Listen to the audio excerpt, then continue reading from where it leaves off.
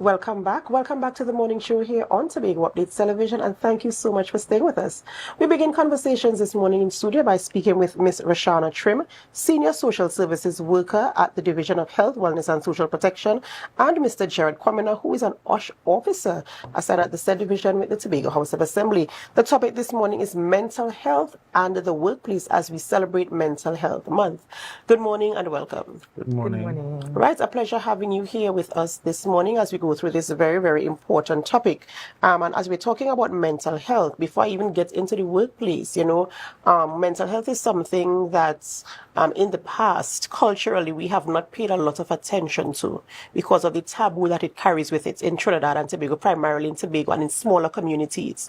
And now we're seeing a lot of talk and conversation about awareness for mental health. And before we get into the conversation, I just want you to share with us what is the importance of placing, attention to your mental health, generally as a person before you even get into the workplace.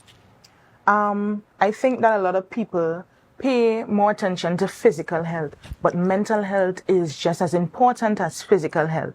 If we are not functioning mentally, then everything can fall down, right? So mental health can actually influence our physical health as well. So mental health is really, really important. I think we don't pay much attention to it because of the taboo, right? And we have a lot of stigma attached to it. So usually we use words, not people first words. So we say, well, somebody who is experiencing mental health challenges, they are crazy. They're gone crazy, they're gone mad. So I think mental health is still a bit of taboo, and so that's why we're raising awareness as well. And how would you, if you were to define or summarize what mental health is, and what are some of the things people need to pay attention to in terms of ensuring that their mental health is in a good place? Well, how would you define it? So mental health refers to our psychological, social, and emotional well-being. So it basically affects the way how we interact with others, the way we deal with situations, the way we process stress, the way we collaborate with others. It basically influences our perception in life. I mean, that's a holistic kind of approach there in terms of your whole being, ensuring that you're in a good space. And what are some of the things that can affect your mental health and your mental health being? All right, one, stress. And so because we're talking about workplace, stress is a big thing in the workplace. So chronic stress, right? That could be from burnout. That could be also from high workloads. It could also just be from the work environment. And so mental health can be affected by stress. And then stress leads to anxiety. It can lead to depression. It can lead to other mental health conditions, right? And so it's important we take care of our mental health. And what are some of the ways you can actually, before I get into what are some of the ways, we have the OSH officer here, and you're talking about stress in the workplace. Sometimes they get overwhelmed, the demands are so high. How do you see mental health affecting the workplace in a way that might bring some type of you have to employ the OSH regulations to ensure that people stay safely physically, because this is part of your physical health tying into your mental health as well, right? Well, basically, thanks. Good morning to everyone.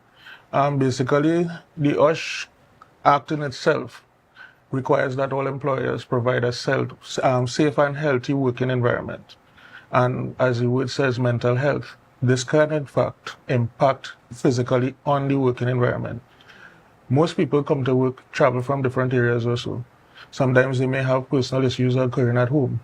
Now, so you might have an employee who normally produces a certain amount of production daily or works in a certain manner that you are efficient. But on that day, you see a change in the employee. It also goes into the physical realm where employees may sometimes come now and start to stay home, absent themselves from the job place, or they will take unnecessary chances while at work because the mind so focused on whatever else is going on in their lives, they don't focus on the task at hand.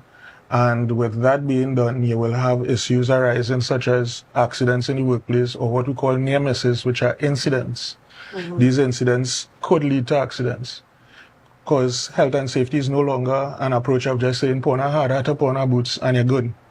It is a scientific approach now where we go based on findings, recommendations, also investigations, in addition to taking statistics. So we have a series of different things that we look at, which includes mental health. And you know, in your experience as an OSH officer, we're talking about mental health and what you have just described in terms of how a person can show up in the workplace, having mental health challenges, that they're carrying this burden or this weight, focusing on that rather than the job. How has it affected their job in terms of an incident happening on the workplace? All right, well, legally I can't talk about specific incidents, but in general, sometimes you will have an employee, let's say a driver. Sometimes you will hear accidents in the workplace which involves vehicles getting in collisions or striking somebody, or even damage to packages.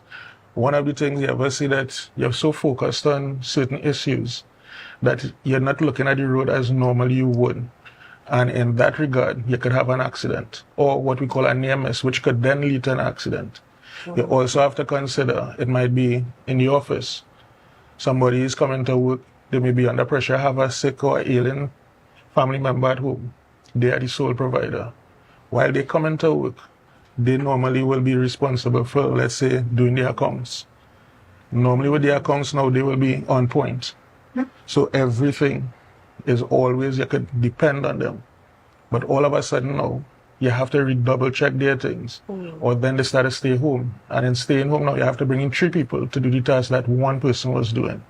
So that is one of the ways of many that can affect persons. And you know, this is interesting because you started off by saying OSH is no longer you wear a hard hat or you wear protective PPE to do a job. It really boils down to the individual and what they are going through. What is some of the support that you put in place from your perspective as an OSH officer? What type of support can be put in place for after you do your investigations and you realize that patterns have changed with an individual? How do you support them and to navigate through the demands of life? Well, one of the things that we do, besides training and sensitization of the staff and including management, is we do collaboration with other departments. So in regards to that, we have training sessions, which we have every quarter. We have a series of training sessions for all THA employees. And coming up to Christmas or certain special days, we do open training sessions. Some in the hybrid approach, many in the online approach, so we capture a wider audience. In that we collaborate, like last year, we had a collaboration with our colleagues here in health, and we did a holistic thing on mental health in the workplace. So with that, we always collaborate. I could also pass you on to my colleague now who could go further details in regards to some of the initiatives that we have. Before you go into the initiatives, I really want to hear the initiatives because, as I said before, we really don't pay enough attention to ensuring that you're good. You know, sometimes somebody might see in the street, oh, you're going, you're good, and they move on. Not even really waiting to hear if you're really good and true, or not even really wanting to know. It's just casual. I just say, oh, and it's courtesy to ask, how are you going? Not being intentional. Right. So how does somebody, if you see the signs coming on, you start to feel overwhelmed, what are some of the things you can do? Are you able to say that you can do to either relax, to really focus on what is happening here and how do I deal with this and not carry it with me in the workplace? Are you able to? Yes, definitely. So one, engaging in mindfulness. So mindfulness is understanding what is my body saying to me, right? A lot of us ignore what our bodies are saying to us. So sometimes we need some self-care. Our body is saying, listen, you need to rest. So self-care, engaging in self-care. So find something that you like to do. Breathing techniques. Some people feel anxious and just doing breathing techniques may assist. But I'm a big advocate of self-care. I think that it goes a long way with mental health, right? And for instance, persons, we call that presenteeism. Some persons may be here, as you said, right here, physically here, but mentally checked out. And so being aware of what your body is saying. Am I tired? Am I anxious? Am I overwhelmed? It's just keeping a mental check, basically. Yeah. And it's so very important. And sometimes we just focus on what are required of us, the demands. We just have to do it, and we have to do it, and we know we're dealing with situations, and we wouldn't pay attention to the situation, and we just keep going and going until we crash. And we're hoping, viewers, that we don't crash. Take some time out, as the officer said, you know, check in with your body. What is your body saying? What is your mind saying? How are you feeling? Talk to yourself. You are the most important person in your life, believe it or not. Whether you're a parent, whoever you are the most important person in your life. You can only give when you are filled, right? So fill up yourself before you could pour out. So let's talk now about some of the initiatives that you have ongoing. All right, so in the workplace, we have EAP services. So these are confidential. So if you're experiencing some mental health challenges, they're EAP services. Structured wellness programs. I think that each organization should at least engage in that. Structured wellness programs, psychoeducation. I always say, once we are aware, we can do better. All right? So it's just about demystifying, destigmatizing mental health. Because again, we have a lot of stigma attached to mental health. And we can only get away from that, break away from old habits through psychoeducation. Also, in the workplace, open door policies, mental health days. We need to come away from how we think about mental health. Mental health isn't, you know, something that's really bad. All right? So it's just changing the conversation. So maybe open door policies, mental health days, paid mental health days. Yeah. Yeah, I mean, life demands so much of us, and you know, what you're speaking about here, it really does lend for that. And I really do hope that, you know, people will take the opportunities to just reflect. And I usually tell a group of people who I am close with, even if it's 5 minutes per day, focus on you. You know, so many things could circulate in your mind in that 5 minutes, and you could come up with solutions to things that you know, demanding on you. I mean, in terms of so that's what the division is doing, or this is just advice you're giving to regular? Some of these division has already implemented. So the division of health, we want to be a catalyst for mental health. We want to be the go-to in terms of people can look at us and say, listen, we can benchmark. We could take this initiative from the division of health in terms of how we treat with our staff in regards to mental health, changing the conversations around mental health. Again, we are division of health, wellness, and social protection. That's right. And it's really important to protect our minds. And so we're trying to push that as well. And I know I saw in the past that division, you know, you all have the fun days and stuff at the office, you know. I see where you allow people to just let their hair down. They come casually dressed and they participate in games and activities. Is that something you think should be used throughout all the divisions within the THA? You know, there's one, even if it's half day. Do you think this is something, in terms of the feedback from that, how has it been with your staff? I honestly feel that it encourages productivity, it encourages teamwork. It also fosters a psychological safe environment. And once your employees feel safe, productivity is on the rise. I believe that mental health is a strategic imperative. It's important. It's important for how workplace productivity. It's important to reduce high turnovers. When people feel comfortable, especially psychologically safe, you can get most things out of them. I really am enjoying this conversation, and I wish we had so much more time to talk about this, because it's something that we really need to pay attention to. And I already start just having the conversation with you. I already start to feel better. Believe it or not, I already start to feel light. Is there any additional information you want to share with our viewers this morning before you go? We just want you all to know to take care of your mental health. Just as much you're focusing on the physical health, mental health is really important. Listen to your body. Listen to what your body is saying.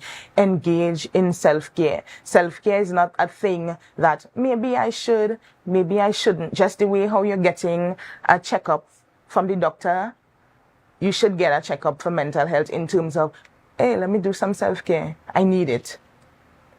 All right. And Mr. Kwamina, is there any additional information?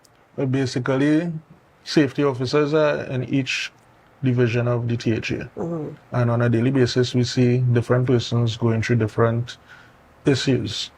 And sometimes it impacts them unbeknown to them, because what may be perceived as a norm to them could be a sign of trauma or mental health problems. So sometimes we as officers have to be able to see that and become the bridge between staff and management. And even with the stigma attached, everybody likes to say, if he have a mental issue, he mad, he's psychotic.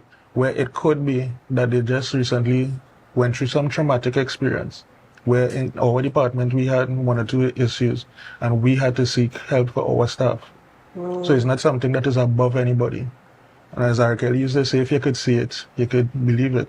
That's right. And most times KFC will let them teach you, even with any basic customer training, the teacher answer the phone, answer with a smile. You mightn't feel it, but it will transcend and you don't know if you're affecting somebody. That's right. So each I one mean, have one. I'm listening to you and I'm thinking that the measure of training that you all have to go through, I mean, because at the same time, you also have stuff that you are carrying and you have to deal with it before you even come to lend that support to the staff who needs it. So I am sure, oh gosh, how is it like? Well, it's a demanding course, and we always have to be recertifying, retraining, first aid. Recently, through other things, because I volunteer also sometimes with other organizations within the THA, we had to do a course on psychological first aid, whereby when you approach somebody, the manner in which you approach them or the words you use could be triggers. So if you see somebody going through something, don't come and say, well, I'm tripping. But if you say, is everything all right? Could be the difference between that person injuring themselves or others. Or they're coming to you and you can now direct them to my colleagues and here in health to say, here, what is what we need for you. This is a holistic thing, and this is... Can I take a time out to talk to our viewers? This morning, I really want you to pay attention. We have seen in history where people have self-harm, they isolate themselves, they don't want to talk to anybody, and sometimes it can end unfavorable. So let us please pay attention to ourselves. Let us seek the help that we desire, the help that we need, regardless of what anybody else says or thinks.